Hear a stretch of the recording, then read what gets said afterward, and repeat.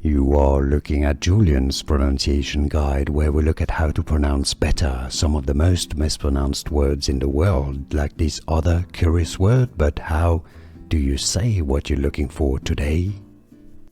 Let's learn once and for all how to pronounce this name correctly in English.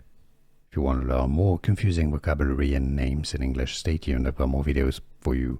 It's usually pronounced, this is a surname, so it can be pronounced any way, really.